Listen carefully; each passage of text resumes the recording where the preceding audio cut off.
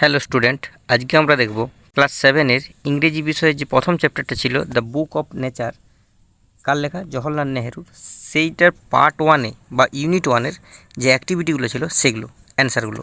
দেখো অ্যাক্টিভিটি 1 কী আছে না, আন্ডারলাইন দ্য অ্যাপ্রোপ্রিয়েট অল্টারনেটিভ। ঠিক আছে, এই তিনটে দেওয়া আছে, তার মধ্যে কোনটা সঠিক সেটা লিখতে বলেছে। দেখো প্রথমে একটা এতে কী আছে না, India is in fact a dash part of the earth surface. মানে ভারত হলো এই পৃথিবীর উপরিভাগের একটা কি না, যদিও ইন্ডিয়া একটা বড় কান্ট্রি কিন্তু পৃথিবীর উপরিভাগের একটা কি ছোট্ট অংশ, তাই স্মল। এটার অ্যান্সারটা কোনটা হয়ে যাবে? স্মল। বিয়েরটা দেখো, once upon a time the earth was too dash for any living being to survive. দেখো প্রথমে বা একটা সময় পৃথিবী কী ছিল না, কোল্ড, ডার্ক না হট। পৃথিবী যখন জন্ম হয় তখন পৃথিবীটা কী ছিল? খুব উত্তপ্ত ছিল, হট। ফর এনি লিভিং, কোনো জীবিত মানুষের বা কোনো জীবিত প্রাণীর বেঁচে থাকার পক্ষে। ঠিক আছে, প্রথমটা ছিল খুব গরম। সিয়েরটা দেখো, ফসিলস মানে হচ্ছে জীবাশ্ম। আর জীবাশ্মটা কি না, a type of wild animals, one kind of hard rock, the remains of old living beings. তাহলে এইটা হবে। আমরা জীবাশ্মটা কী জানি যে পাথরের উপর জীবের ছাপ পড়া। ঠিক আছে, তারপরে দেখো এখানে অ্যাক্টিভিটি 2। অ্যাক্টিভিটি কী আছে? Answer the following questions in complete sentence. মানে কোশ্চেনগুলো অ্যান্সার দিতে বলেছে। ফার্স্ট কোশ্চেনটা কী আছে? What must we do to know about the tale of this world. আমাদেরকে কি করতে হবে এই পৃথিবীর যদি টেল মানে গল্পটা জানতে চাই, এই বিশ্বের গল্প জানতে গেলে আমাদের কী করতে হবে? দেখো এই কোশ্চেনের অ্যান্সারগুলো আমি পরে করে দিয়েছি। দেখো প্রথমে অ্যান্সারটি কী আছে? We must know about the all the countries and all the people. আমাদেরকে প্রথমে কি জানতে হবে? সমস্ত দেশের কথা জানতে হবে এবং সেখানকার সেই দেশের মানুষদের কথা জানতে হবে। Who have inhabited in it, এখানে একটা ইট হবে না, ইনহ্যাবিটেড ইন ইট মানে যারা এখানে বসবাস করে। ইনহ্যাবিটেড মানে হচ্ছে বসবাস করা। তাহলে আমাদেরকে প্রথমে যদি গোটা আমরা বিশ্বের গল্পটা জানতে চাই, তাহলে আমাদেরকে কী জানতে হবে? সমস্ত দেশের কথা জানতে হবে এবং সেই দেশের মানুষজনদের কথা জানতে হবে যারা ওই দেশে বাস করে। এটা ডু না, এটা শো করবে, show you know the tale of this world. তাহলে তুমি এই পৃথিবীর গল্পটা জানতে পারবে সম্পূর্ণরূপে। তারপর দেখো বিয়েরটা কী দিয়েছে? হাউ ওল্ড ইজ আওয়ার আর্থ। মানে ওল্ড মানে হচ্ছে কত বছর বয়স বা কত পুরনো, আমাদের পৃথিবীর কত বছর পুরনো বা কত বছর বয়স। তাহলে our earth is very very old, millions and millions of years old. তাহলে মিলিয়ন্স অ্যান্ড মিলিয়ন্স ইয়ার বছর পুরনো। তারপর দেখো, who roam the earth before the arrival of human beings. Roam মানে হচ্ছে ঘুরে বেড়ানো। হু রোম কারা ঘুরে বেড়াতো? দ্য আর্থ মানে এই পৃথিবীর মধ্যে, before the arrival of human being, arrival মানে আগমন, আর হিউম্যান বিংস মানে হচ্ছে মানুষের। তাহলে মানুষের আগমনের আগে পৃথিবীতে কারা ঘুরে বেড়াতো? দেখো অ্যান্সারটি কী আছে? Only animals roamed the earth before the arrival of human being. তাহলে তারা কারা ঘুরে বেড়াতো না? Only animals.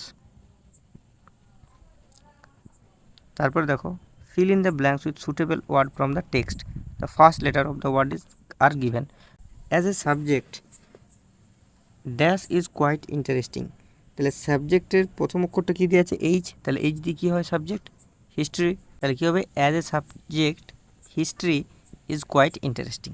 ঠিক আছে, অপশান এটা ঠিক আছে। এর বিটা দেখো, we have good relation with our neighbouring, এটা সি দিয়ে কী হবে? কান্ট্রি। দেখো তাহলে দেখো কী হলো? কান্ট্রি, COUNTRY, কান্ট্রি মানে দেশ। আমাদের ভালো সম্পর্ক আছে আমাদের পাশাপাশি দেশের সাথে। তারপরটা দেখো সিএরটা, plants need air water and sunlight to কী হবে? জি ফর গ্রো, মানে বেড়ে ওঠার জন্য এই তিনটে দরকার গাছেদের, বাতাস দরকার, জল দরকার, আর সূর্যের আলো দরকার। দেখো গ্রো, GROW। তারপরে ডিএটা দেখো, ক্যান ইউ আই দিয়ে dash how big the universe is. I দিয়ে কী হবে? মানে তুমি কি ইমাজিন করতে পারো? আই ফর ইমাজিন মানে হচ্ছে তুমি কি কল্পনা করতে পারো যে আমাদের ইউনিভার্সটা কত বড়। তাহলে আই ফর কী হবে? দেখো তাহলে দেখো আই ফর কী হলো? ইমাজিন। ঠিক আছে, পরেরটা দেখো, you should dash regularly if you want to be a good student. তাহলে তোমার উচিত ড্যাশ রেগুলারলি মানে প্রত্যেক দিন করাটা যদি তুমি একজন ভালো ছাত্র হতে চাও। তাহলে এস ফর কী হবে? স্টাডি, তোমার স্টাডি করা উচিত রেগুলারলি। তাহলে তুমি একজন ভালো স্টুডেন্ট হবে। তাহলে দেখো দেখো STUDY স্টাডি, ঠিক আছে, স্টাডি মানে পড়াশোনা করা, ঠিক আছে। পরেরটা দেখো, দেখো এখানে মেক মিনিংফুল সেন্টেন্স লিখতে বলেছে, কতগুলো ওয়ার্ড দেওয়া আছে, যেমন একটা দেওয়া আছে ইন্টারেস্ট, ঠিক আছে, একটা দেওয়া আছে ইন্টারেস্ট, একটা দেওয়া আছে সারফেস, একটা দেওয়া আছে ইনহ্যাবিটেড, একটা দিয়েছে টুগেদার, আর একটা দেওয়া আছে সায়েন্টিস্ট। তাহলে দেখো ইন্টারেস্ট দিয়ে মানে হচ্ছে, ইন্টারেস্ট মানে হচ্ছে আগ্রহ, আগ্রহ দিয়ে কী বাক্য রচনা লিখতে পারি, দেখো কী দেওয়া আছে না, I have no interest in study, আমার পড়াশোনায় কোনো ইচ্ছা নেই, ইন্টারেস্ট মানে এখানে ইচ্ছা, ঠিক আছে। আই হ্যাভ নো, আমার কোনো ইচ্ছা নেই, I have no interest in study, বা I have great interest in, একটা যে কোনো সাবজেক্ট দিতে পারো, ইন ইংলিশ, মানে আমার গভীর ইচ্ছা আছে ইংরেজিতে, তাহলে I have great interest in English. এভাবেও করতে পারো, দুভাবেই হতে পারে, ঠিক আছে। তারপর বিয়েটা দেখো, সারফেস, সারফেস মানে হচ্ছে ওই উপরিভাগ, ঠিক আছে, যেমন মাটিটা কি পৃথিবীর উপরিভাগ একেবারে, তাহলে সেটা হচ্ছে সারফেস। দেখো earth surface is not flat all over, flat মানে হচ্ছে এরকম একদম প্লেন, তাহলে আর্থ সারফেসটা মানে পৃথিবীর যে উপরিভাগটা সেটা সব জায়গাতে কি নয় না, ফ্ল্যাট নয়, অল ওভার মানে সব জায়গা, দেখবে কোনো সময় জায়গাটা কী হয়, উঁচু নিচু থাকে, পৃথিবীর সব জায়গাটা সমতলভাবে নয়, উঁচু নিচু থাকে, সেটাই বলেছে সারফেসটা হচ্ছে। বা তুমি এরকমও বলতে পারো, the surface of the book is smooth, ঠিক আছে, মানে একদম স্মুথ। বা the surface of the wall is rough, মানে দেওয়ালের যে দেখবে, দেওয়ালে যদি হাত দিই তাহলে কী মনে হয়, ঘর্ষণ কর্কশ মনে হয়, মানে দেওয়ালটা যদি মানে অমসৃণ মনে হয়, ওই জন্য রাফ।